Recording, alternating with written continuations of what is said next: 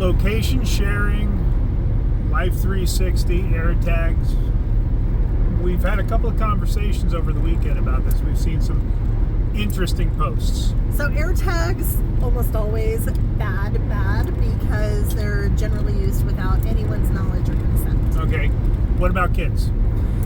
Kids might be a little different, you know? Yeah, I would agree. In the car, I had an employer I worked for. We had GPS tracking devices in all of the company vehicles. And one of the guys, one of the owners, had one installed in his son's car that he bought for him. And again, I want to be very clear, he bought the car for him. So it was guy's car, he was letting his son use it? Yes. Okay. And son got caught maybe not being accurate where he was. So that led to some conversations. But it's the beauty of helping or buying the car for your kid, because I know you retain ownership. I bought my own car and I got in trouble once, and Dad took the keys, and a day or two later got the spare set and went out. It was your car. It was my car. Yeah. And so Dad was waiting up, and we had a conversation. But he couldn't track me, but it was the principle of it for me. And we see this, I see it a lot where it's misused and abused. Yeah. I've seen that too, actually. And so there's a lot of ins and outs in this one. And one of the things to keep in mind, you know, I've never been tracked, didn't even know you could do this ages ago. So over a decade or so ago, I was doing insurance inspection work. Literally, I was in the hood. I was in the middle of nowhere. This would have actually been a good thing to have, so that if something happened, they could find me. Right. I had my self-protection tools, but at the end of the day, you know, they can go, well, he's at this house. Right. If I'm locked in a basement. There was one client, they didn't have stairs. They had like a crawl space door, trap door, and I made him go first. Yeah. I was like, I ain't going down there. Yeah. Not until you show me the way. You had to jump down from this rock to that rock. Yeah. So conversely, I've had the experience of sharing my location in a previous relationship and getting a text while I was on a road trip, a place I'd gone 1,000 times before, nothing that should have said, hey, I've got to watch your location, but I got a text that said, I thought you weren't going to take that route. That's just creepy. Why? Very creepy, very wrong. That's controlling. And for those that are not married, who are dating, if you have a partner who's insisting you do this, this is a huge red flag. Now, I'm not talking about you're driving to Colorado or driving up into the mountains and there could be weather and your partner asks you to share the location till you get back. That's different. That's different. That's actually very appropriate. I'm talking about I've been cheated on before, I have trust issues, and you need to share. No, you don't need to share your location. She needs to get therapy or counseling, or he does. For her, it's usually an insecurity. For him, it's more often a control issue, is what I've seen. Well, now, there are some couples that benefit from the sharing location when they're in the rebuilding trust phase. When you're rebuilding trust, I would argue, could make a very strong argument it's appropriate. Right. So here's the thing, though. I've seen this become a thing that becomes an obsession. Like people are obsessively checking. Now, granted, in my experience, mostly women, but you've seen the other way too. I've seen the other way more often than not with video cameras that are in the home, basically tied to the security system. But let me tell you, the women hyperfixating on this, I have seen more men complain where the wife or the girlfriend's like, what are you doing there? Da-da-da-da-da. Pick up this. I would have that turned off so fast. Yeah, I don't, wife or girlfriend, and again, it's boundaries. Right. It's a boundaries issue. The obsessively checking becomes a version of pain hunting. Yeah. They're looking for a reason. They're looking for that evidence that they can't trust that person, which is counter to the whole purpose of sharing and rebuilding trust to start with. Yeah. And And so, kids, yes. Yeah. Let's be honest. The frontal lobe isn't fully developed at 25. Kids make kids' decisions. Oh, and I've done it. You've done it. yes, all kids have done it. Absolutely. I was just going to point out the prefrontal cortex.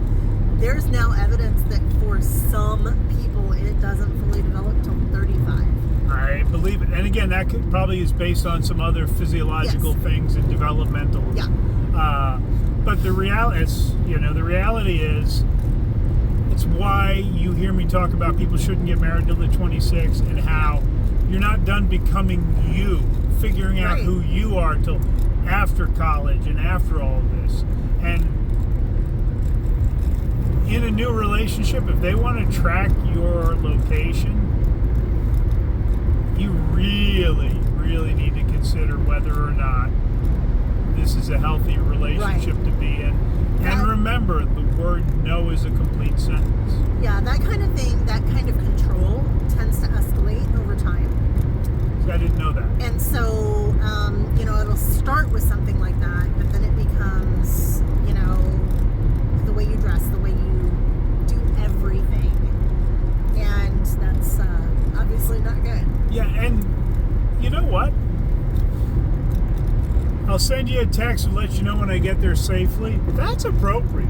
Yeah. You're driving X number of hours. I know I've asked you. Let me know when you get there. Yeah. It's not to track you. It's I want to know that you got there safely. Right. Now I can honestly, if I've got things going on that day, not think about you and your safety. Yeah. And then when you're coming home, you normally ask, let me know when you leave, because then I have an estimate of when you're home. And I don't care. I don't care when you get home. I care that you get home in one piece. Right. And I did forget several times when I was driving home to text you, and you're like, check in with me, and I'm like, hey, you doing okay? And that's fine. I think it's safe to say I would come under the category of type A. That's totally fine. Have you ever felt like I've been controlled? No. See, because you can be a little more direct, you could be a little more focused. That doesn't make you controlling. Right. Me wanting to know your location all the time, I would not be good with that. No. And there's been one time you've shared your location with me. Yeah. Whose idea was it? Mine. Where was it? Mexico. Yeah. Okay. It was a safety concern for me. It was like I'd never been there before. I didn't know what the area was like. And I thought, I'm going to share my location with him so that should anything happen, not that I think it's gonna, but should anything happen, he knows where I've been. Right. And I'd already told you, because I'd been there a week ahead, I felt very comfortable from a safety standpoint, or I wouldn't have been okay with you going. Right. Then I forgot, you had to show me how to even do it. Yeah. Look at your location. Yeah. And then at one point, I was looking up a restaurant or something, and it was like, there was another blue dot. It was hilarious. It was with your name. I'm like, oh, that's how that works. Oh, I can see her. Okay, cool. And I forgot about it. But it's different. If you're in another country and you're on vacation, it's Right. But after that, that really wasn't even a thing. And the thing is, if both of you are genuinely okay with it, Life 360 family app, sometimes that is incredibly useful, and if you're not using it in a creepy way, that can be okay. But if someone's demanding it, that is if they're demanding it, they're checking it all the time, making comments about where you are, questioning things, that's when it has crossed the line and it needs to stop. Yeah. So it is an interesting topic. Down below, if you're having issues in your relationship, whether it's boundaries, you track, you feel like you're heading to divorce, if you'd like to talk to Melanie or you'd like to talk to me, our contact information will be below. Also, there's a link to the Failing Marriage Recovery Plan at Mentoring Men, free. Has helped a lot of men turn their marriages around, and there is a link to this course can save you $10,000 plus in a divorce. If you are to the point where you want to get divorced, what you don't know can cost you a lot of money, and I go over all of the things when I work with men in one-on-one There's 21 plus videos at this point in that course, and I'm still adding to it. Things to do, things not to do, what can cost you a small fortune. That link is down there below. All right, guys, have a great week. We'll see you next time.